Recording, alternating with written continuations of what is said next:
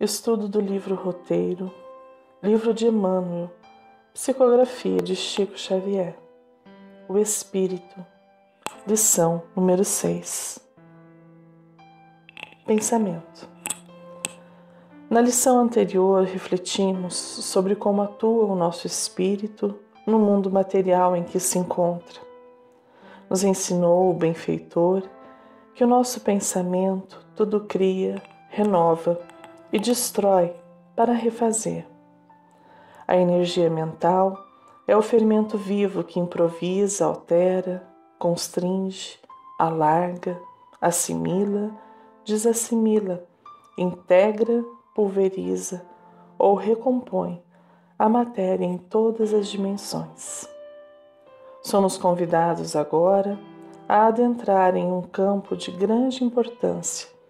Eis que trata-se de matéria, não obstante ser sutil, invisível aos olhos humanos, mas ainda assim matéria.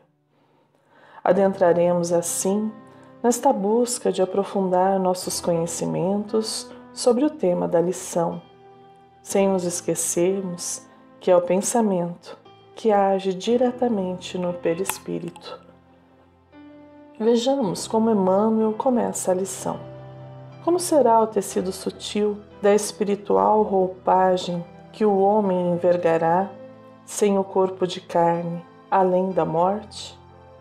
Tão arrojada é a tentativa de transmitir informes sobre a questão aos companheiros encarnados, quão difícil se faria esclarecer a lagarta com respeito ao que será ela depois de vencer a inércia da crisálida. Colado ao chão, ou a folhagem, arrastando-se pesadamente. O inseto não desconfia que transporta consigo os germes das próprias asas. Crisálida. Novamente a metáfora da crisálida, a nos lembrar que estar encarnado é um momento de grande limitação para o espírito e que nossos sentidos estão limitados à nossa condição atual, inclusive do nível vibratório do nosso planeta, que é um lugar de provas e expiações. Alcione, livro Renúncia. Para compreendermos isso com maior clareza, socorremos-nos de um diálogo do livro Renúncia entre Antênio e Alcione, que apresentava requerimento para reencarnar na Terra e era advertida do grande risco que isto representava. Já ponderaste nos obstáculos imensos. Lembra que o próprio Jesus, penetrando na região terrena, foi compelido a se aniquilar em sacrifícios pungentes. Recorda que as leis planetárias não afetam somente os espíritos em aprendizado ou reparação, mas também os missionários da mais elevada estirpe. Experimentarás igualmente o ouvido transitório, e, embora não tanto agravados em virtude das tuas conquistas, sentirás o mesmo desejo de compreensão e a mesma sede de afeto que palpitam nos outros mortais. Para esclarecimento desses problemas, minha querida, o Mestre deixou à comunidade dos discípulos profundos ensinamentos no Evangelho. O mundo, representado por maus sacerdotes e falsos doutores, buscou tentar a própria carne. Sabemos que Pólux parte com deveres de suma importância em função da coletividade, e tu te sentes preparada para neutralizar a poderosa lei da atração das almas? Não o digo no sentido de preocupações subalternas, mas ponderando a grandeza dos teus sentimentos afetivos em relação à grandeza mais sublime das obrigações assumidas para com Deus. Terás ânimo para lhe ouvir no mundo os rogos amorosos, mantendo no seu posto incólume e sobranceiro a solidão de si mesmo? Sem dúvida, a lei terrestre te encherá de desejos e te induzirá a considerar a possibilidade de proporcionar-lhe filhos afetuosos, em obediência aos seus princípios naturais. Além disso, teus afetos de outras épocas, como por exemplo os que te foram pais amorosos, receberão a palma de lutas ásperas e agudas provações. A senda de quase todos os teus amigos está semeada de espinhos, que eles próprios plantaram no seu desapego à misericórdia do Todo-Poderoso. Sente-se bastante forte para assumir tão grave compromisso? Conheço numerosos irmãos que, depois de pedirem missões arriscadas como esta, voltaram onerados de 1000 problemas a resolver, retardando assim preciosas aquisições. Trecho do livro Renúncia, de Emmanuel. Asas para voar. Alcione já era uma borboleta e, por amor, rogava retornar à condição de lagarta, restringindo sua condição espiritual com grande risco para si mesma. E nós, que ainda transitamos ao lado dos que rastejam o lodo de suas e nossas imperfeições, precisamos compreender estes ensinamentos não apenas para conhecer outras realidades, mas para almejá-las. Mas poderá a alma esquecer de si mesma? Será que dormitava em Alcione a sua condição espiritual, não obstante estar encarnada em um planeta que já não lhe pertencia? Prosseguindo com a lição, entenderemos isso. Vejamos mais um trecho. O perispírito é, ainda, corpo-organização, que, representando o molde fundamental da existência para o homem, subsiste além do sepulcro, de conformidade com o seu peso específico, formado por substâncias químicas que transcendem a séria estequiogenética, conhecida até agora pela ciência terrena, é a aparelhagem de matéria rarefeita, alterando-se de acordo com o padrão vibratório do campo interno. Perispírito. Formado por algo que ainda desconhecemos, este corpo do espírito mantém o padrão vibratório do campo interno. Assim, quanto mais elevado o espírito, quanto mais harmônico o seu espírito com as leis divinas, mais isto irá refletir em seu perispírito e em seu corpo quando encarnar. Kardec nos auxilia a compreender. Perispírito, de peri, em redor, e espíritus, espírito, envoltório semimaterial do espírito depois de sua separação do corpo. O espírito adquire no mundo em que se acha e muda-o ao passar a um outro mundo. É mais ou menos sutil ou grosseiro, conforme a natureza de cada globo. O perispírito pode tomar todas as formas, à vontade do espírito. De ordinário afeta a imagem que tinha em sua última existência corpórea. Posto que, de natureza etérea, a substância do perispírito é suscetível de certas modificações que a tornam perceptível aos nossos olhos. É o que se dá nas aparições. Pode até, por sua união com o fluido de certas pessoas, tornar-se temporariamente tangível, isto é, oferecer ao tato a resistência de um corpo sólido, como se tem visto nas aparições estereotipas ou palpáveis. A natureza íntima do perispírito é ainda desconhecida. Poderia, porém, supor-se que a matéria dos corpos é composta de uma parte sólida e grosseira e de uma parte sutil, etérea, que somente a primeira sofra a decomposição produzida pela morte, ao passo que a segunda persista e acompanhe o espírito. Assim, o espírito teria um duplo envoltório.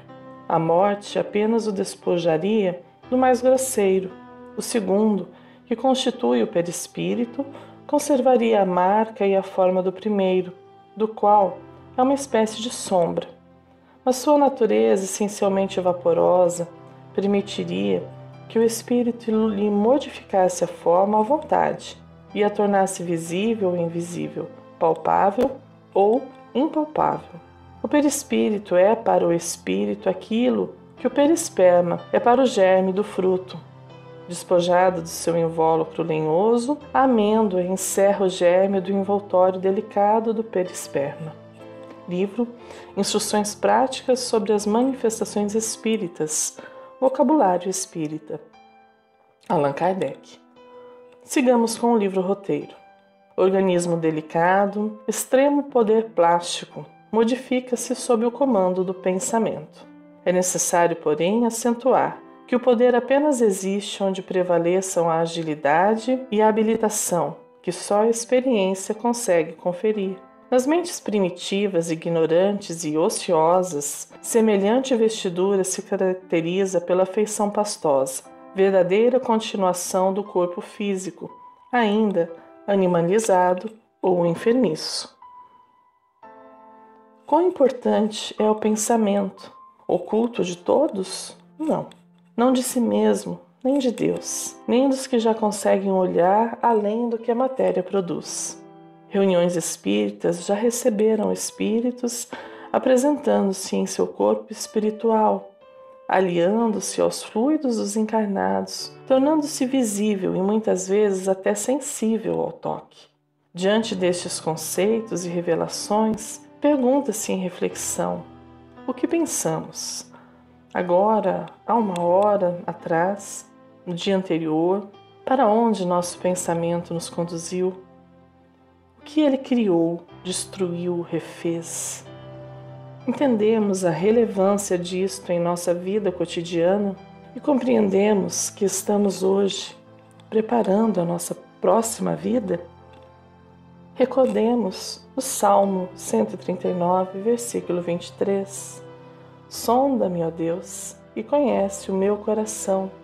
Prova-me e conhece os meus pensamentos.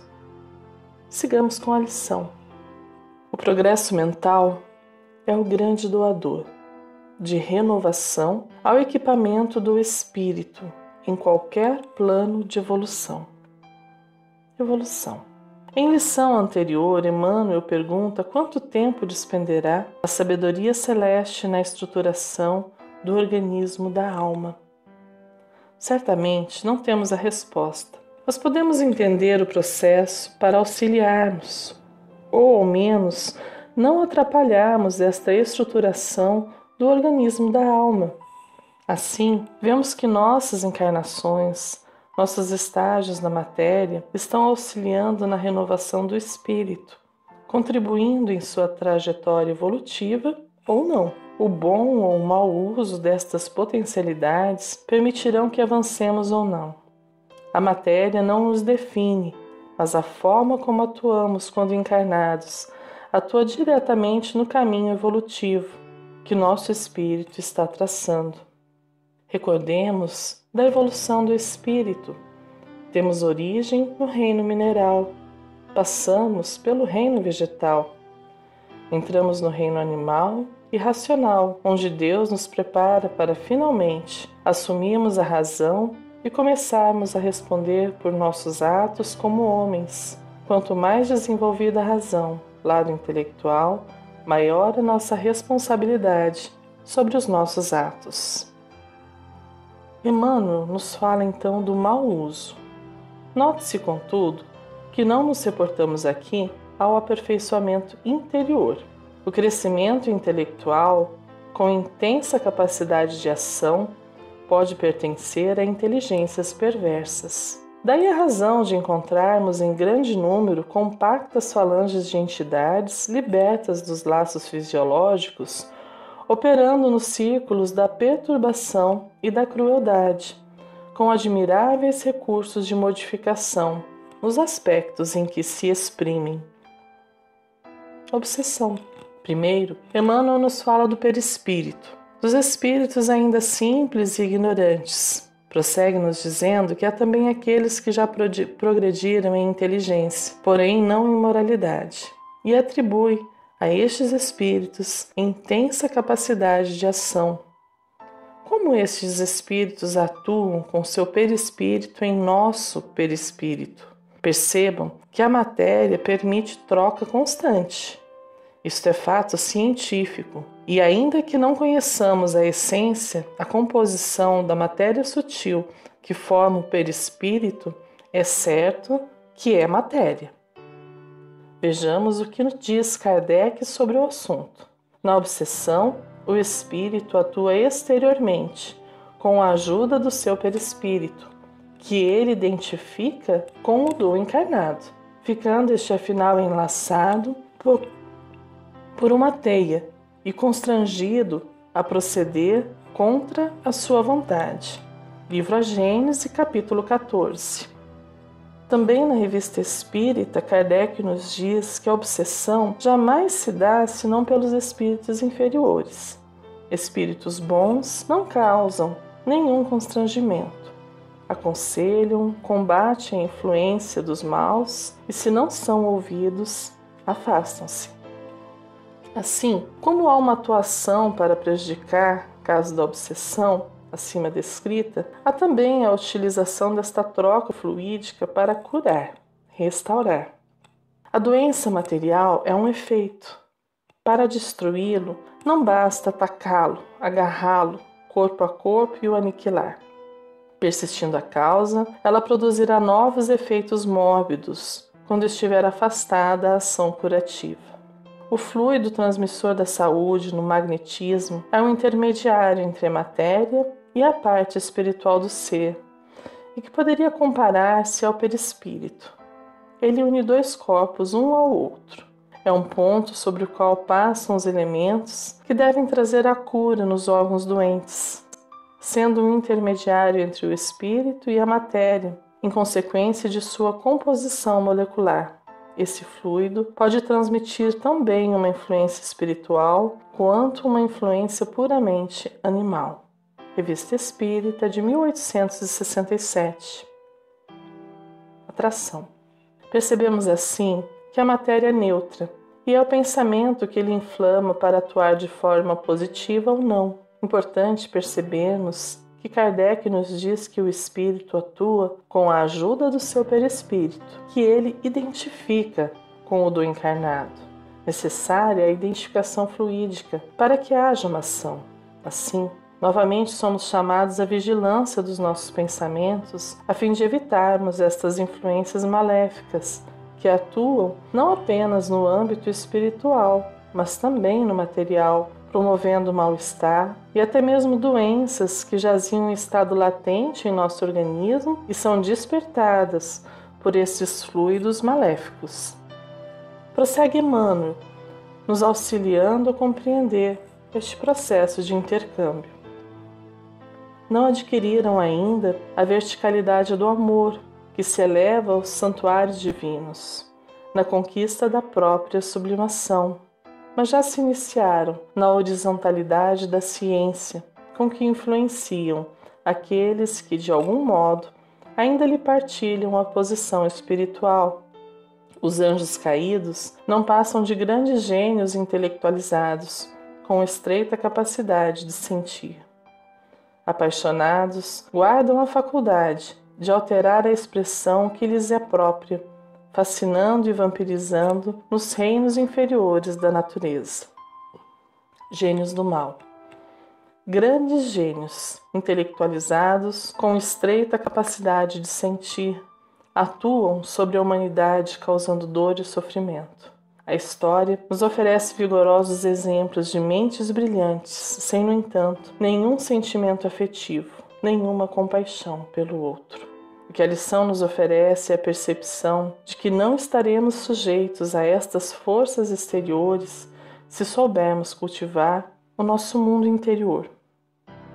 Como nos alerta a codificação, pululam em torno da terra os maus espíritos, em consequência da inferioridade moral de seus habitantes. A ação malfazeja desses espíritos é parte integrante dos flagelos com que a humanidade se vê a braços neste mundo. A obsessão, que é um dos efeitos de semelhante ação, como as enfermidades e todas as atribulações da vida, deve, pois, ser considerado como provação ou expiação e aceita com esse caráter. Chama-se obsessão a ação persistente que um espírito mau exerce sobre um indivíduo. Apresenta caracteres muito diferentes, que vão desde a simples influência moral, sem perceptíveis sinais exteriores, até a perturbação completa do organismo e das faculdades mentais. Ela oblitera todas as faculdades mediúnicas. Na mediunidade audiente e psicográfica, traduz-se pela obstinação de um espírito em querer manifestar-se, com exclusão de qualquer outro. Assim como as enfermidades resultam das imperfeições físicas, que tornam o corpo acessível a perniciosas influências exteriores, A obsessão decorre sempre de uma imperfeição moral, que dá ascendência a um espírito mau. A uma causa física, opõe-se uma força física. A uma causa moral, preciso se contrapõe a uma força moral. Para preservá-lo da enfermidade, fortifica-se o corpo. Para garanti-la contra a obsessão, tem-se que fortalecer a alma. Donde, para o obsidiado, a necessidade de trabalhar por se melhorar a si próprio, o que as mais das vezes basta para livrá-lo do obsessor, sem o socorro de terceiros. Necessário se torna este socorro quando a obsessão degenera em subjugação e em possessão, porque nesse caso o paciente não raro perde a vontade e o livre-arbítrio. Nos casos de obsessão grave, o obsidiado fica como que envolto e impregnado de um fluido pernicioso que neutraliza a ação dos fluidos salutares e os repele. É daquele fluido que importa desembaraçá-lo. Ora, um fluido mau não pode ser eliminado por outro igualmente mau, por meio de ação idêntica à do médium curador. Nos casos de enfermidade, preciso se faz expelir um fluido mau, com o auxílio de um fluido melhor. Em todos os casos de obsessão, a prece é o mais poderoso meio de que se dispõe para demover de seus propósitos maléficos o obsessor. Prece. Compreendemos a natureza destas forças que atuam ao nosso redor, nos permite adquirir não apenas conhecimento, mas a fé raciocinada que conhece o mundo material e espiritual e reconhece na prece o verdadeiro lenitivo para revigorar as forças e prosseguir em frente, não obstante as lutas e sacrifícios. Assim encerra o benfeitor a lição. Entretanto, nada foge à transformação e tudo se ajusta, dentro do universo, para o geral aproveitamento da vida. A ignorância dormente é acordada e aguilhoada pela ignorância desperta. A bondade incipiente é estimulada pela bondade maior. O perispírito, quanto à forma somática, obedece às leis de gravidade, no plano a que se afina. Nossos impulsos, emoções, paixões e virtudes nele se expressam fielmente. Por isso mesmo, durante séculos e séculos, nos demoraremos nas esferas da luta carnal, ou nas regiões que lhes são fronteiriças, purificando a nossa indumentária e embelezando-a, a fim de preparar, segundo o ensinamento de Jesus, a nossa veste nupcial para o banquete do serviço divino. O que buscamos? Fácil concluir que o amor e a bondade são os grandes agentes divinos que nos beneficiam a todo instante, atuando não apenas no campo espiritual, mas também nos auxiliando a organizar a matéria de forma que ela cumpra o seu papel em nosso caminho evolutivo. Devemos buscá-los, o amor e a bondade. Eis que o Mestre nos disse: pedi e dar-se-vos-á, buscai e achareis. Evangelho de Lucas, capítulo 11, versículo 9. Encerramento com Emmanuel. 3 imperativos. Eu vos digo a vós: pedi e dar-se-vos-á, buscai e achareis, batei e abrir-se-vos-á. Jesus, Evangelho de Lucas, capítulo 11, versículo 9. Pedi, buscai, batei. Estes 3 imperativos da recomendação de Jesus não foram enunciados sem um sentido especial. No emaranhado de lutas e débitos da experiência terrestre, é imprescindível que o homem aprenda a pedir caminhos de libertação da antiga cadeia de convenções sufocantes, preconceitos estéreis, dedicações vazias e hábitos cristalizados. É necessário desejar com força e decisão a saída do escuro cipoal, em que a maioria das criaturas perdeu a visão dos interesses eternos. Logo após, é imprescindível buscar. A procura constitui-se de esforço seletivo, o campo já repleto de solicitações inferiores, algumas delas recamadas de sugestões brilhantes. É indispensável localizar a ação digna e santificadora. Muitos perseguem miragens perigosas, à maneira das mariposas que se apaixonam pela claridade de um incêndio.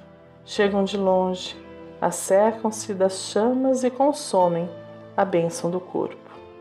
É imperativo aprender a buscar o bem legítimo. Estabelecido o roteiro edificante, é chegado o momento de bater a porta da edificação. Sem o martelo do esforço metódico e sem o buril da boa vontade, é muito difícil transformar os recursos da vida carnal em obras luminosas de arte divina, com vistas à felicidade espiritual e ao amor eterno. Não bastará, portanto, rogar sem rumo, procurar sem exame e agir sem objetivo elevado. Peçamos ao Senhor nossa libertação da animalidade primitivista. Busquemos a espiritualidade sublime e trabalhemos por nossa localização dentro dela, a fim de converter-nos em fiéis instrumentos da divina vontade. Pedi, buscai, batei. Esta trilogia de Jesus reveste-se de especial significação para os aprendizes do Evangelho em todos os tempos. Livro Pão Nosso, de Emmanuel. Um fraterno abraço e até o próximo estudo.